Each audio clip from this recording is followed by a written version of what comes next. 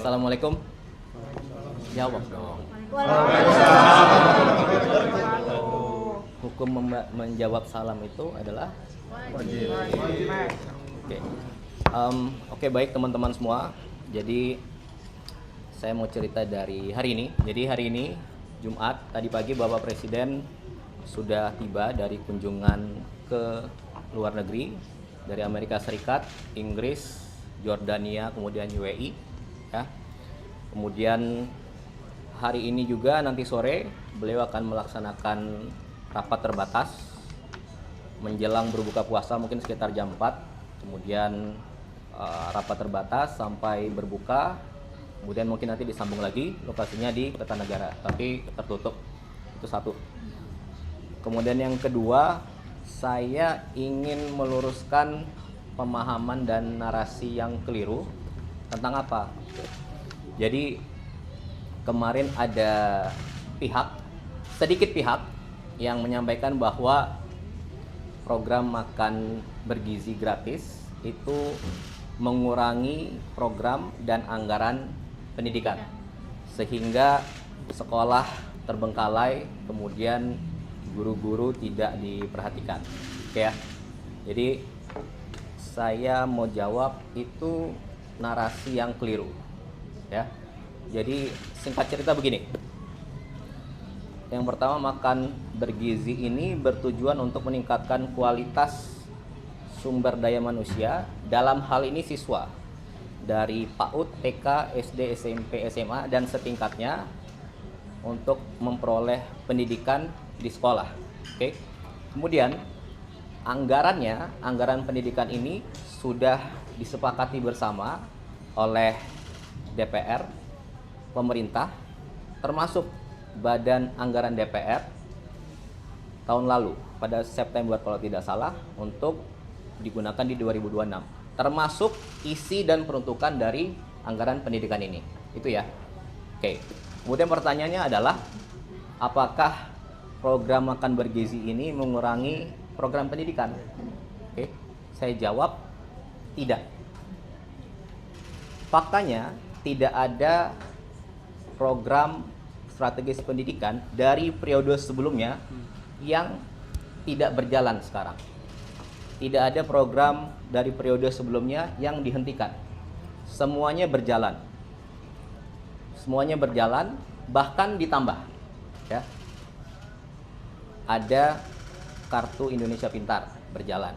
Ada program Indonesia Pintar berjalan.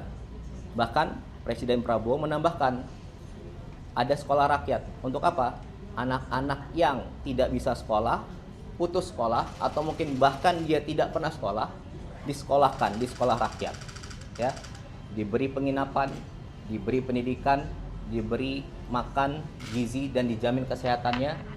Per sekarang, tahun lalu dalam 1 tahun saja sudah hampir sampai 16.000 sampai 20.000 siswa. Oke, ada 166 sekolah. Tahun ini akan dibangun lagi 100 sekolah. Itu satu. Kemudian yang kedua, ada yang bilang sekolah terbengkalai. Iya, itu adalah masalah dari dulu. Sekolah rusak, sekolah ada yang kurang baik. Nah, dan Anda harus ingat, sekolah itu adalah kewenangan dari pemerintah daerah. Aturannya seperti itu. Jadi SMA itu kewenangan gubernur, SD dan SMP itu kewenangan bupati dan wali kota.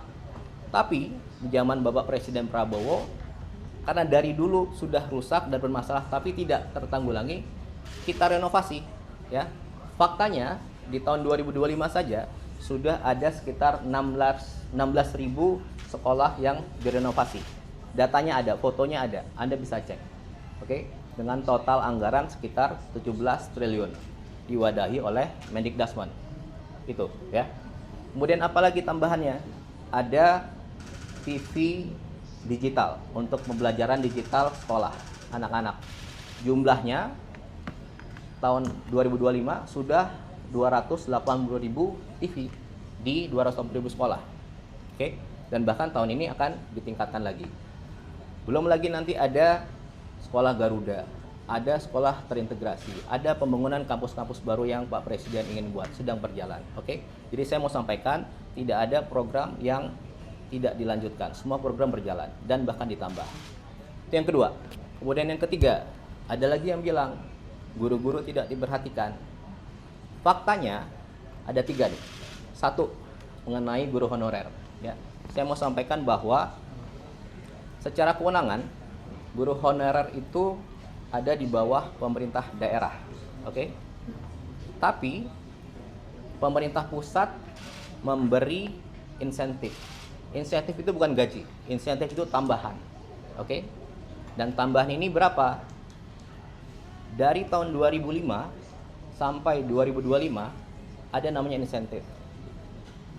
Dan baru naik di zaman Presiden Prabowo, oke? Menjadi 400.000.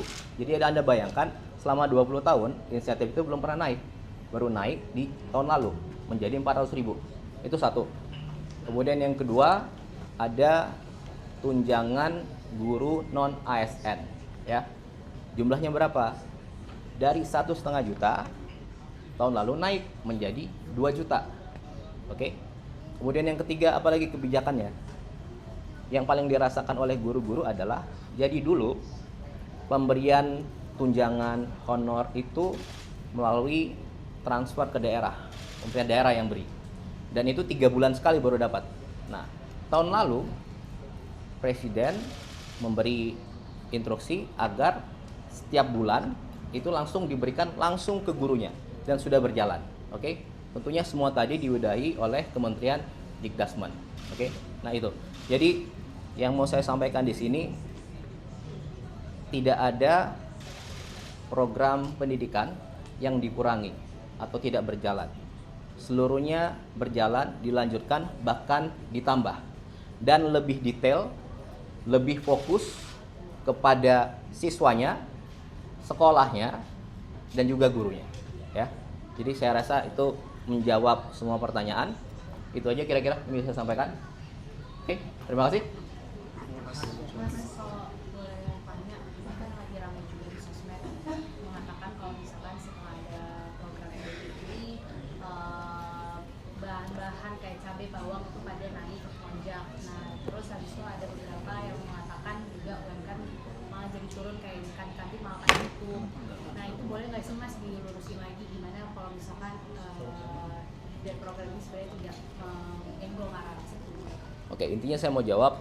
Ini tadi saya bilang, program MBG ini untuk meningkatkan kualitas sumber daya manusia. Oke, kalau yang tadi itu nanti Kepala Badan akan menjelaskan besok detail. Beliau akan memberikan secara detail khusus mengenai apa yang harus dibenahi dan dilaksanakan ke depan. Itu ya kira-kira. Oke, saya mau jawab yang perihal tadi itu. Oke, itu aja. Sekali lagi. Kalau dari PDIP kan menyebutkan dari lampiran Perpres itu 223 triliun itu untuk PGN dari dana pendidikan. Itu seperti apa, Mas? Apa? Ya itu tadi saya bilang. Itu udah ada di lampiran Perpresnya gitu, Mas, kata PDIP. Iya, jadi namanya anggaran pendidikan itu 20% dari APBN. Oke. Nah, di tahun ini 769,1 T itu 20%. Oke. Dan itu anggaran pendidikan. Anggaran pendidikan itu apa? Banyak. Isinya peruntukannya, ya. Dan isinya peruntukannya itu sudah disepakati bersama tahun lalu oleh pemerintah, DPR dan Badan Anggaran DPR, yang mana ketua bangkatnya juga PDIP, gitu kira-kira. Dan tadi semua hal itu adalah termasuk MBG adalah fondasi awal untuk memperbaiki pendidikan ke depan. Itu kira-kira, ya. Itu aja. Terima kasih.